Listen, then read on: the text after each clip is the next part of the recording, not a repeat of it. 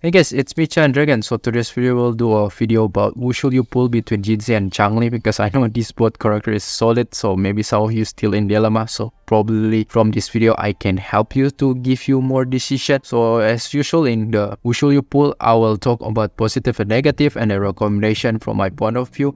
And in the end, in here, I will try to add new stuff, which is I will give you a table and like give some comparison in here. So probably that can help you even more to determine which one you should pull. So yeah, let's get started. So let's start first with Jinhsi and let's talk about her positive. So first is that she is strong main DPS and she rely mostly on nuke damage, and her nuke damage chill a lot of damage. Like literally right now still mid build, it's around over 100k. I believe if you already reach level 90, it can be even over 200k, which is that's crazy as a character, as a DPS. I think I can confidently say she's one of the best DPS currently as for 1.1. And yeah, her nuke damage is mostly the one that we can say give her the main highlight. And second, being a nuke damage dealer is that it usually will be useful with the enemy that have like short attack window. So it's pretty much good with the condition where because of that you can utilize it and she just like bomb nuclear everything like big damage. So that will be useful for those type of enemy. And third is that she's balanced in AoE and single target,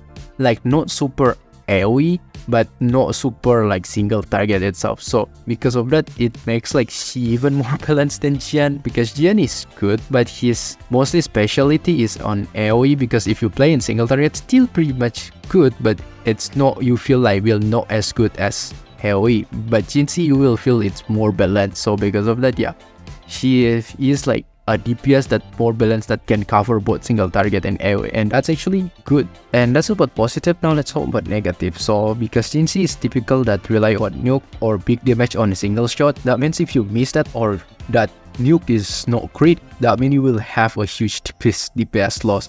So you can have a very different run between one another. Let's say like maybe there's one run 3 minutes already half HP, and there's another things like 3 minutes not even half HP, just because it's not crit or you miss because you rely on one big hit, right? So because of that you need maybe to retry or something like that. So yeah, it's a little bit annoying though. And second is that Jinhsi at S0, it's quite hard for you to get like max stack consistently, because of course they kinda lock behind S2, right? So because of that it's quite hard for you to, you can say, make her damage to be like optimal every single rotation. Sometimes can be max, sometimes not. Usually in my case about 60%, it's not really a big deal. But if you really like type people that want to be like optimal stuff, like very into deep meta, then yeah, it's quite hard for you to reach that point consistently. So yeah, that's about positive and negative. As for my recommendation for you to pull Jinhsi is that first, if you still need strong main DPS, because remember Wuthering Wave we need 3 teams, so maybe if you still need like third DPS, second DPS, then yeah, you can pull for Jinhsi, because currently right now as 1.1 she's one of the strongest DPS in here.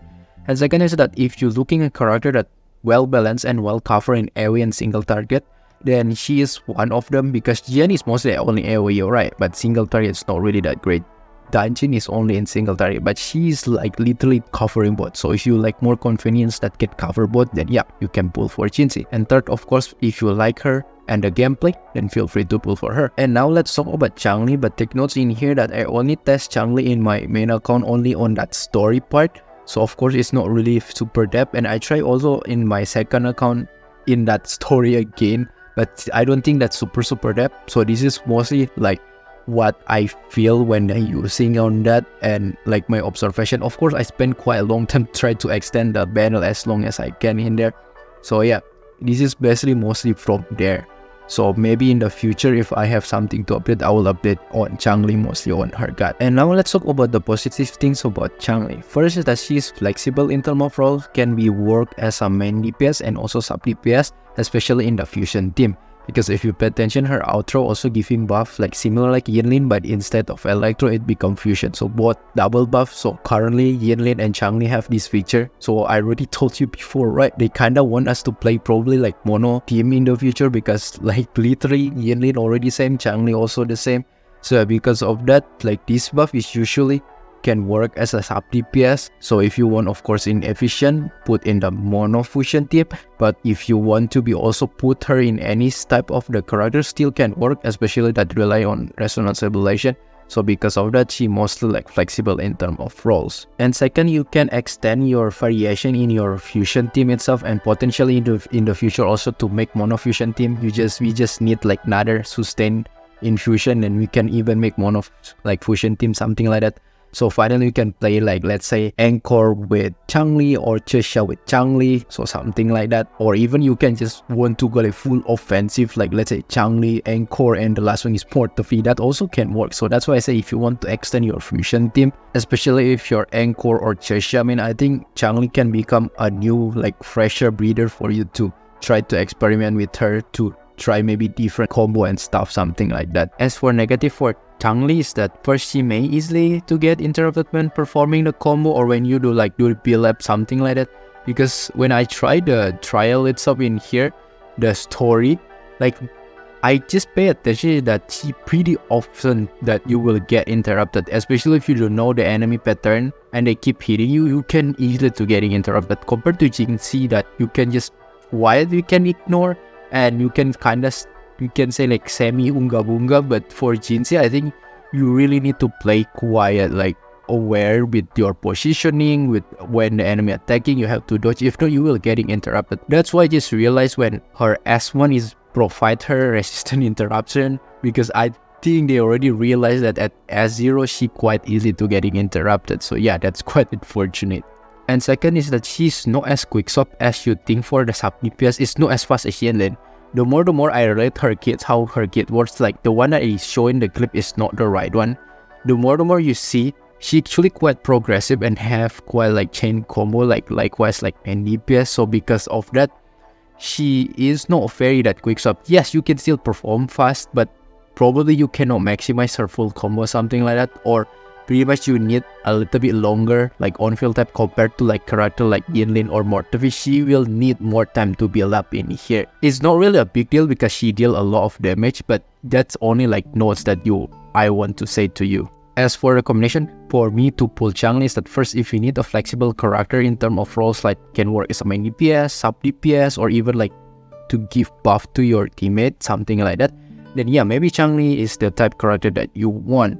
And she is basically quite similar, we can say like Yilin but in fusion and more offensive. And second is that if you want to improve your fusion team in general, let's say for your Anchor or Chusha, then yeah, I think I really recommend for you to pull for Changli because it can help you, or at least extend the diversity of your fusion team, or yeah, at least like if you are fusion main for your Anchor or your Chusha, something like that, then yeah, I think Changli will be quite helpful in here.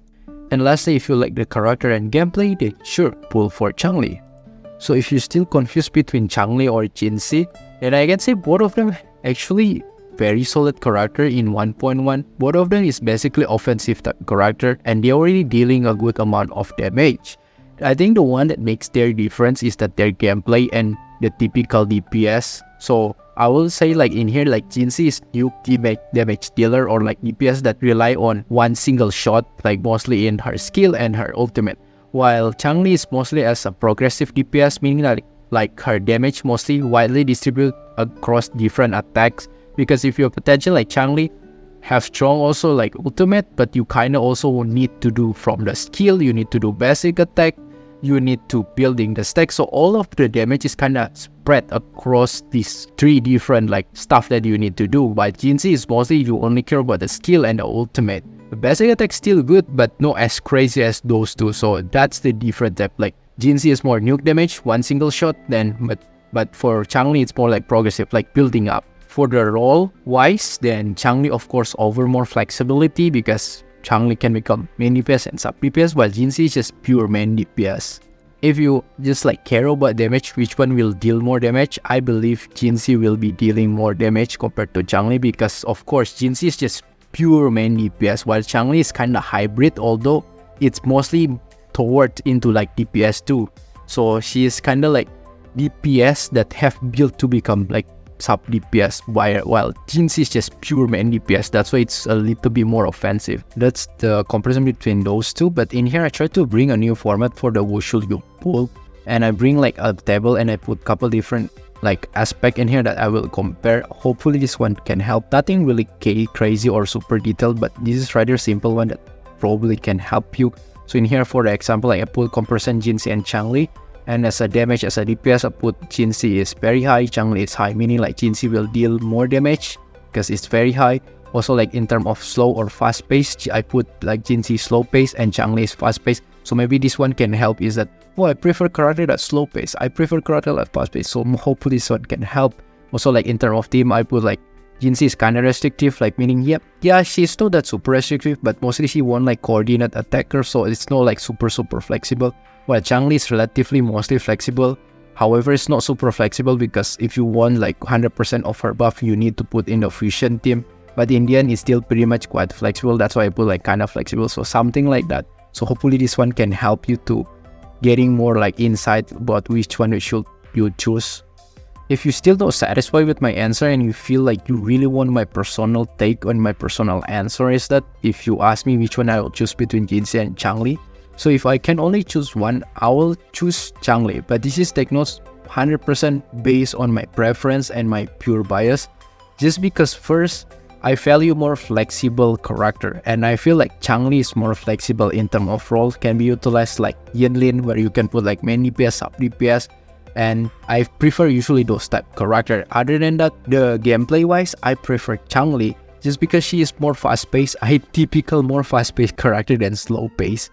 So because of that, I like Changli more. And I'm not really a fan of like attack that rely on one big hit nuke, because if it's miss, I have to retry. It's kind of pain. Although don't get me wrong, I feel like Jinhsi aesthetic wise for the animation of her kit, I think it's even better. The dragon animation, she feels like she has two different ultimate animation. That's so crazy. I think I prefer that compared to Changli. But in terms of gameplay wise and role wise, I think I still prefer Changli in the end. But as I told you before, both of them is very solid character. So even though you choose whatever between one of these two, your decision, I don't think you will become wrong at all. Just because right now we don't have even like wide character roster. So whatever that you even choose, it still will be valuable for you. Like Jinhsi is very strong main DPS, Changli is like strong DPS and sub DPS, so buffer. And yeah, both of them just so good. So I don't think you will make any bad decision even you feel like you already choose the one that you don't like it.